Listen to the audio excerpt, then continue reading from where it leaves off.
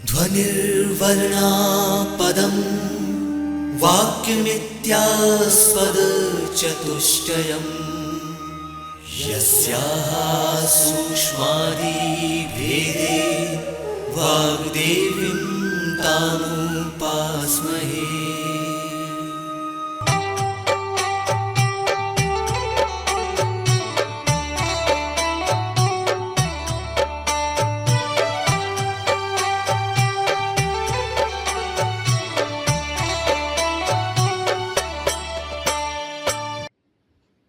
नमस्कार। भोजमुक्त विश्वविद्यालय की एमए समाजशास्त्र के सभी विद्यार्थियों का आज की व्याख्यानमाला में एक बार पुनः स्वागत है।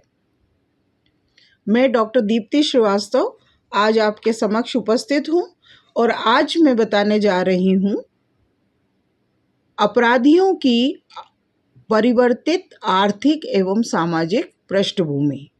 आज के व्याख्यान के पश्चात विद्यार्थियों, आप सक्षम होंगे इस बात को समझने के लिए कि अपराध के पीछे वे कौन व्यक्ति हैं, उनकी पृष्ठभूमि क्या है, उनकी आर्थिक पृष्ठभूमि क्या है, उनकी सामाजिक पृष्ठभूमि क्या होती है, और साथ ही धीरे धीरे समय के अनुसार जैसे जैसे ज्ञान का विकास हो रहा है, इनकी पहले के कंपैरिजन में, पहले की तुलना में किस प्रकार से इनकी आर्थिक, सामाजिक, सांस्कृतिक स्थिति परिवर्तित होती जा रही है। विद्यार्थियों, जब हम किसी की पृष्ठभूमि की बात करते हैं उसका मतलब होता है बैकग्राउंड। बैकग्राउंड यानी कि वो किस एरिया से आ रहे हैं, क्या उनकी उम्र है, क्या उनकी जाति है, क्या उनका एजुकेशनल स्टेटस है, उनका जेंडर क्या है, उनका लिंग क्या है, और इसी तरीके से वे किस मोटिव से अपराध कर रहे हैं। तो इन सारी चीज़ों में अगर आपने कोई शोध पत्र पढ़ा है समाज में अपराध के ऊपर, तो आप जानेंगे कि बहुत तेज़ी से अंतर आता जा रहा है। एक समय था कि बहुत ही फेमस प्रसिद्ध अपराध शास्त्री लैम्ब्रेसो कहा करते थे कि शारीरिक विशेषताएं ही किसी व्यक्ति को अपराधी के रूप में परिलक्षित करती हैं या चिन्हित करती हैं। यद्यपि यह थ्योरी, यह सिद्धांत पूरे तरीके से एबॉलिश कर दिया गया है।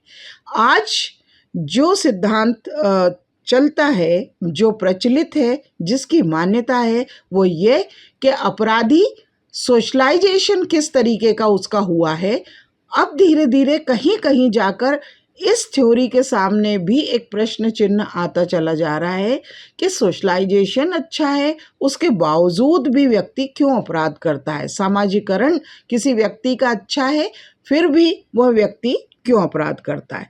तो आइए देखते हैं कि पहले कैसे अपराध होते थे, कैसे व्यक्ति अपराध करते थे और क्या वजह होती थी, उनका मोटिव क्या होता था। तो सबसे पहले देखते हैं आर्थिक पृष्ठभूमि पे। आपने सुना होगा पुराने समय में कि डकैत समस्या थी, दस्यु समस्या बहुत थी। बैंडेड क्वीन का नाम भी सुना होगा, बैंडेड क्वीन के बारे में भी सुना होगा आपने। और दूसरे पुरानी अगर मूवीज़ उठा के आप देखेंगे तो आपको डाकुओं की कई सारी मूवीज़ होंगी। घोड़े पर आ रहे हैं और लोगों को लूट रहे हैं, नकाब पहने हुए हैं, इनको अपराधी कहा जाता था। या गरीबी से तंग आकर अपराध कर रहे हैं, या स्मगलिंग होती थी।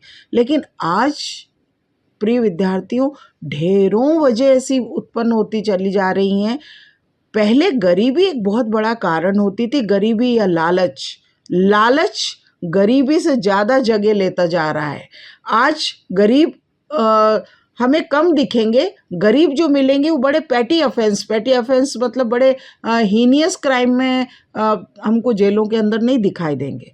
सौभाग्य से मुझे ऐसा मौका मिला कि मैंने क्रिमिनल्स के पास साथ जाकर उनकी बैकग्राउंड के ऊपर चर्चा की और कारण की भी के बारे में बात की, जिसे मैं आगे के व्याख्यान में आपको और बताऊंगी।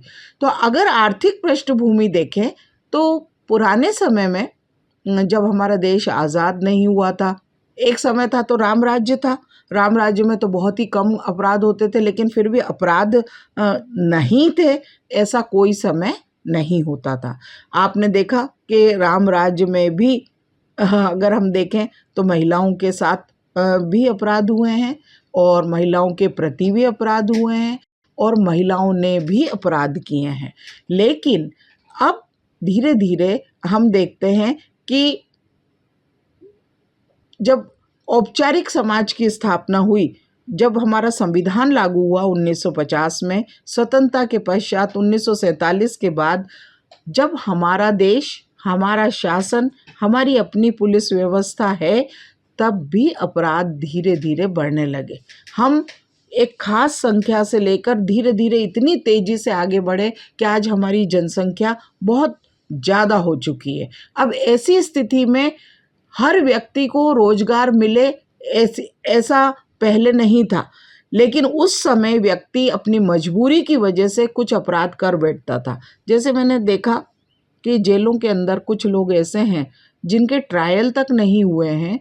वो ट्रायल नहीं हुए हैं सिर्फ इसलिए कि वो छोटा सा 10,000 की जमानत नहीं दे सकते, 20,000 की जमानत नहीं दे सकते, या कोयला ट्रैक पे कोयला बीन रहे थे सिर्फ इसलिए कि उनके घर में ईंधन का इंतजाम हो सके। वे भी अपराधी के रूप में चिन्हित कर लिए जाते हैं और बुक कर दिए जाते हैं और जेलों के अंदर चले जाते हैं। या बिना टिकट यात्रा करने वाले, ऐसे बहुत सारे अपराधी हैं, क्योंकि अपराध की परिभाषा तो ये बताती है कि जो विधि से विरुद्ध काम हो रहा है वह सब अपराध है, और वह सब अपराध होने की वजह से उसको हम अपराध की परिभाषा में, अपराध की श्रेणी में शामिल करेंगे। जब श्रेणी में शामिल करेंगे तो केस चलेगा, केस चलेगा तो उन्हें निश्चित रूप से सजा होगी। आर्थिक स्थिति इन लोगों की अच्छी नहीं होती थी, जिसकी वजह से ये जेल जाना ही पसंद करते थे। एक बड़े ही इंटरेस्टिंग बात मैं एक आपको बताती हूँ। एक रायपुर छत्तीसगढ़ सेंट्रल प्रिजन में जब मैं एडवाइजरी कमेटी की मेंबर बन के गई और मैंने एक चोर से पूछा कि आप किस क्राइम में आए हैं। सारे अपराधी लाइन से खड़े हुए थे, अपनी नोट शीट और चार्ज शीट होती है उनकी, कौन सा क्राइम, कौन सा एक्ट और उसके अंदर ये लोग बुक किए गए। जब उनसे पूछा, एक चोर से पूछा कि तुम किस क्राइम में आए हो भाई, तो कहने लगे साहब मैं जो तार होते हैं सरकार के, उसमें कॉपर होता है, उस कॉपर को बेचकर पैसे कमा लिया करता था, तो मैं उस अपराध में आऊँगा। तो मैंने कहा अच्छा तुम्हारा ये पहली बार है? कह लगे नहीं साहब मेरा 5वीं बार है। तो मैंने कहा अच्छा ये बताओ 5वीं बार है तुम्हारा, तो जब तुम यहाँ आते हो तो तुम्हें कुछ सीख दी जाती है, तुम्हें सिखाया जाता है, तुम्हें कुछ उद्योग सिखा दिया जाता है जिससे कि तुम काम कर सको, तो क्या तुम अभी तुम्हें अच्छे से सिखा दिया जाए तो तुम अब ये चोरी नहीं करोगे? तो कह लेंगे नहीं साहब मुझे तो फिर से आना पड़ेगा, क्योंकि मेरे पास कोई काम ही नहीं है, मैं जितनी बार पकड़ाऊंगा छूटूंगा और फिर आऊंगा। हंसने की बात थी, लेकिन ये बात विद्यार्थियों हमारा इशारा उस ओर इंगित करने का है आपका कि व्यक्ति की आर्थिक स्थिति उसे मजबूर करती, क्योंकि वो पढ़ा लिखा नहीं था, कोई उद्योग चलाने लायक नहीं था, चोर की इमेज थी, 5-6 बार वो जेल आ चुका है, तो उसके ऊपर एक स्टिग्मा था, सोशल कलंक था, जिसकी वजह से वो वहाँ पर जाकर फिर से चोरी करना ही उसके लिए बाध्यता थी। एनीवे उसका भी फिर उपाय किया गया कि इसको कुछ ऐसा काम बताया जाए जो उसकी पढ़ाई लिखाई से ज़्यादा संबंधित नहीं है। अब मुझे नहीं पता कि उसकी वस्तु स्थिति क्या है, लेकिन एक इस एग्जाम्पल से हम कह सकते हैं कि अगर व्यक्ति के पास अपने परिवार का पेट भरने का साधन है, उसकी आर्थिक स्थिति अच्छी है, तो निश्चित रूप से व्यक्ति कोशिश करता है कि वो समाज में एक आदर्श व्यक्ति बनकर रहे और अपराध ना करे। ऐसा क्यों? ऐसा ये नहीं है कि ये कोई बहुत ही आदर्श विचार है। अगर हम मूल प्रवृत्तियों का अध्ययन करें और उनके बारे में जानें तो आपको जान के आश्चर्य होगा। आप देखिएगा कि आप चाहे किसी की परवाह ना करें, लेकिन अगर आपकी कोई बुराई करता है और आपके सिद्धांतों का, आपके विचारों का, आपके कृत्य का की अवहेलना करता है तो आपको अंदर से सुख महसूस नहीं होता। बेंथम के हिसाब से व्यक्ति सुखवादी प्रवृत्ति का होता है, वो कृत्य करना चाहता है जिसमें सुख मिलता है, लेकिन गरीबी से उसके परिवार को कष्ट में देखकर वो अपराध जैसे कृत्य को भी इसलिए करता है क्योंकि वो सुखवादी प्रवृत्ति का है, कानून का डर उसके मन से निकला हुआ है और वो जाकर उसे कोई सहारा नहीं मिलता है तो बीमार माँ के लिए या बच्चे के लिए या किसी अन्य वजह से पेट भरने के लिए वो चोरी जैसे काम करता है। तो अगर उसे मौका मिले और अगर उसे सफिशिएंट पैसा उसके जीविकोपार्जन के लिए मिले तो वो उस तरीके के काम नहीं करेगा और चोरी करके जेल जाना पसंद नहीं करेगा। अब इस आर्थिक बैकग्राउंड में परिवर्तित स्थिति क्या है? अब आप देखेंगे कि हमने माना कि गरीब लोग तर्क और तार्किक बात यह है, फैक्ट ये है कि हमने माना कि बहुत सारे जेल के आंकड़े अपराधियों के ऊपर, जिस तरह से मैंने क्राइम रिकॉर्ड ब्यूरो की एक रिपोर्ट का आपको अपने पूर्व के व्याख्यानों में संदर्भ दिया, उसी तरीके से विद्यार्थियों में बताना चाहूँगी कि अगर हमें ये देखना है कि कौन व्यक्ति किस वजह से अपराधी हो रहा है तो हमें प्रिजन स्टैटिस्टिक्स, एक भारत सरकार की रिपोर्ट पब्लिश होती है जिसमें सारे अपराधियों की उम्र, आर्थिक स्थिति, जेल आने से पहले वे क्या किया करते थे, इस बात का विवरण होता है। तो हम देखते हैं, जब मैं दूसरी बार गई कहीं पर एडवाइजरी कमेटी में तो मैंने देखा कि बहुत बड़े बड़े बिल्डर वहाँ पर हैं।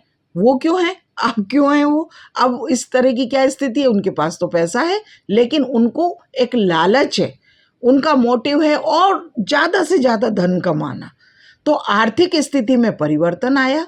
आज व्यक्ति को सूखी रोटी सब्जी और अपने घर का दाल रोटी पसंद नहीं है, उसको ऐसी लग्जरी लाइफ चाहिए जिससे कि वो समाज में बहुत अच्छे तरीके से अपने आप को स्थापित कर सके। ये क्यों होता है? इस पे भी ध्यान देने की ज़रूरत है। ये इसलिए होता है कि आज हमारे समाज में एक सच्चे ईमानदार व्यक्ति की जगह एक झूठे बेईमान व्यक्ति लेकिन साधन संपन्न व्यक्ति का महत्व होता है। और समाजों के ये गलत आदर्शों की वजह से, गलत आदर्शों के प्रचलन की वजह से लोगों को प्रोवोकेशन मिलता है, उत्साह मिलता है जिससे कि वो अधिक से अधिक धन कमाएं और उनका ये विश्वास रहता है कि वो अपनी दलील, अपने पैसे के दम पर या पैसे के माध्यम से वो अपना न्याय खरीद लेंगे और वो न्याय को भी उलट देंगे और इस तरीके से वो गलत काम करके भी बच जाएंगे। तो बैकग्राउंड में परिवर्तन क्या आया? आर्थिक स्थिति से देखें तो कि पहले गरीब करते थे अपराध, मजबूरी में करते थे, लेकिन अब व्यक्ति अमीर होकर भी श्वेत वसन क्राइम में लगा हुआ है। एक डॉक्टर अंगों का व्यापार कर रहा है, किडनी चुराने के रैकेट में मिला हुआ है, अमीर लोगों की मदद से ज़्यादा पैसा कमाना चाहता है, दवाइयों की कमीशन खोरी के ऊपर कई ऐसे उदाहरण हमको मिले कि दवाइयों की कमीशन खोरी के ऊपर उन लोगों का परसेंट बना रहता है। किसी व्यवसाय को मैं व्यक्तिगत रूप से आक्षेप नहीं दे रही हूँ, लेकिन इस तरीके के बहुत सारे क्राइम देखने को मिलते हैं जो वाइट कॉलर क्रिमिनल्स करते हैं, जो पढ़े लिखे हैं, बहुत पैसा कमा रहे हैं, प्रोफेशनल्स हैं। चयन और भर्तियों में कई घोटाले होते हैं। एडमिशन में किसी और की सीट है लेकिन दे किसी और को दी जाती है, इसलिए दे दी जाती है कि सामने वाला व्यक्ति ज़्यादा पैसा उपलब्ध करवा रहा है। तो इस तरीके से विद्यार्थियों आर्थिक स्थिति में पूरे तरीके से बदलाव हो गया है। अब हम देखें सामाजिक परिप्रेक्ष्य में। सामाजिक परिप्रेक्ष्य में अगर हम देखते हैं तो हम देखते हैं कि पहले पुरुष ही अपराध करते थे, महिला अपराधिता न के बराबर थी। लेकिन जैसे जैसे महिलाओं की शिक्षा बढ़ी, जैसे जैसे उनका समाज के दूसरे कामों में पार्टिसिपेशन बढ़ता रहा, क्राइम फील्ड भी ऐसा नहीं रहा जिसमें महिला अपराधिता नहीं बढ़ी हो। आज हम देखते हैं कि जहां 1% महिला अपराधी होती थी, गृह मंत्रालय भारत सरकार की रिपोर्ट उठाकर देख लीजिए आप देखेंगे कि वहाँ यह परसेंट 4 से बढ़कर कई तरीके से कई आंकड़ों में ज़्यादा होता चला जा रहा है। ये बात सही है कि ये महिलाएं वो महिलाएं हैं जो या तो ये भी शोध बताती हैं कि ये वो महिलाएं जो किसी अत्याचार का शिकार होकर आई हैं, बदला लेने के लिए आई हैं, या उनकी आर्थिक स्थिति इतनी खराब है कि कोई उनका जीवन का भार वहन करने को तैयार नहीं है, तब आई हैं।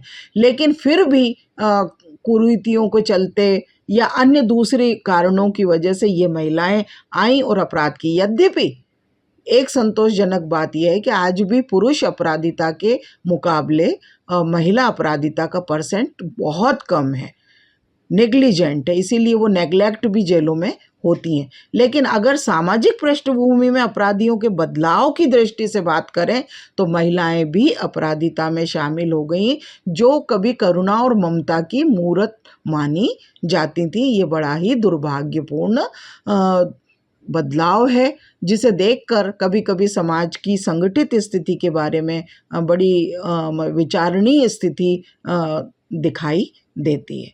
इसी के साथ एक और एस्पेक्ट में यहाँ पर लेना चाहती हूँ विद्यार्थियों, एजुकेशन। अगर हम प्रिजन स्टैटिस्टिक्स के आंकड़े उठाकर देखें, प्रिजन स्टैटिस्टिक्स का नाम मैं इसलिए ले रही हूँ क्योंकि इसमें वो सांख्यिकी आंकड़े हैं जिस आंकड़ों की वजह से ये पता चलता है कि कौन अपराधी कितना एजुकेटेड है और कितना अनएजुकेटेड है।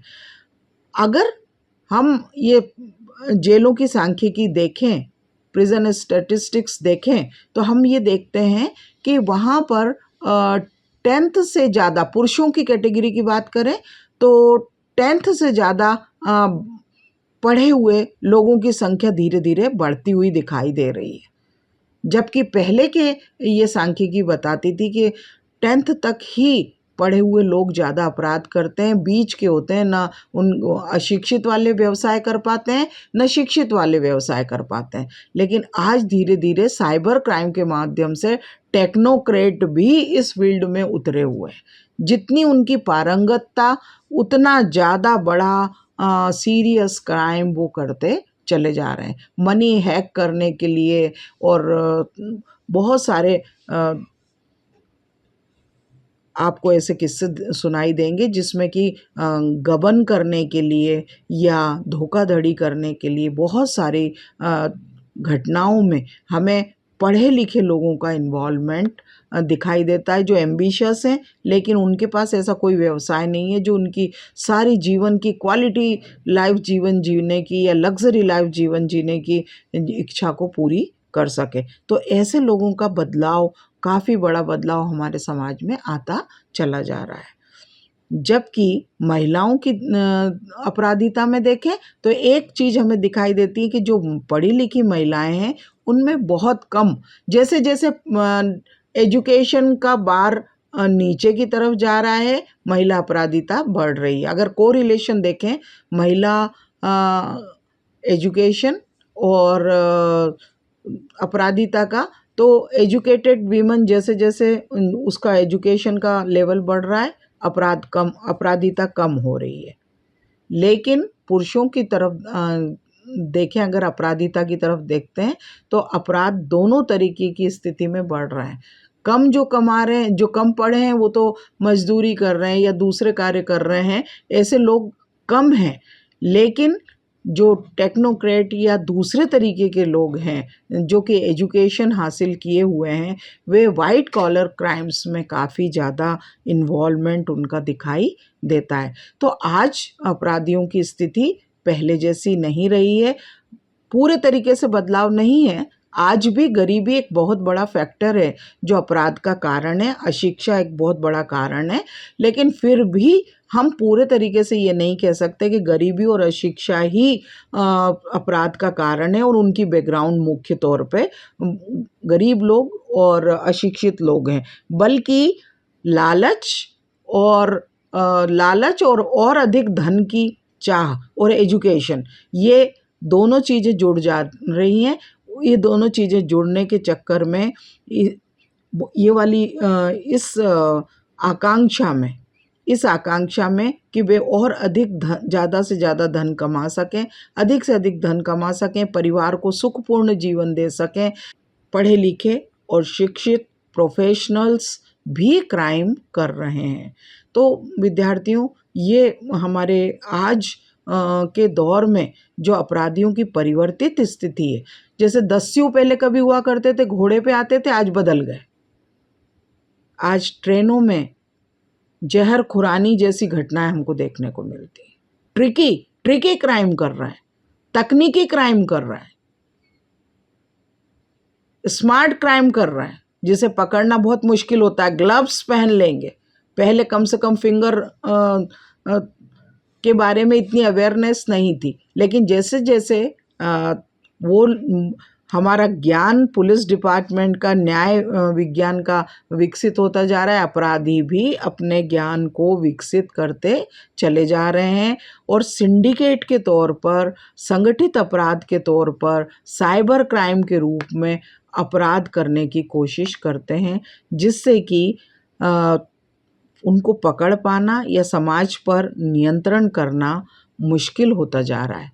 विद्यार्थियों, अपराध विहीन समाज किसी भी युग में नहीं रहा है। इसी अपराध को कम या ज़्यादा किया जा सकता है। इतनी सारी जनसंख्या के साथ अगर एक नॉमिनल लेवल पे भी हम अपराध को कर सकते हैं तो हमारे लिए बहुत बड़ी उपलब्धि होती है। तो ये आज के व्याख्यान के बारे में था। आज के व्याख्यान के बाद विद्यार्थियों, आपको ये समझ में आया होगा कि लिंग में, शिक्षा में, धन की स्थिति में, आर्थिक स्थिति में, सामाजिक स्थिति में बदलाव क्यों आ रहा है। बदलाव इसलिए आ रहा है कि समय के हिसाब से आदर्श भी समाज के बदलते चले जा रहे हैं। तो आज अपराधियों की आर्थिक स्थिति, आज उनकी सामाजिक पृष्ठभूमि, शैक्षणिक पृष्ठभूमि परिवर्तित होती जा रही है। इसमें अगर कोई प्रश्न परीक्षा के लिए पूछा जाएगा तो यही प्रश्न एकमात्र आ सकता है कि परिवर्तित समय में अपराधियों की परिवर्तित सामाजिक, आर्थिक एवं सांस्कृतिक पृष्ठभूमि क्या है और वो कौन से नए फैक्टर्स हैं जिसमें अपराधी अपराध करते हैं। आपको अगर इसी अध्याय को और ज़्यादा अच्छे से समझना है तो आप राम आहूजा की पुस्तक हिंदी में भी उपलब्ध है, इंग्लिश में भी उपलब्ध है, इससे इसका और अच्छे से अध्ययन कर सकते हैं।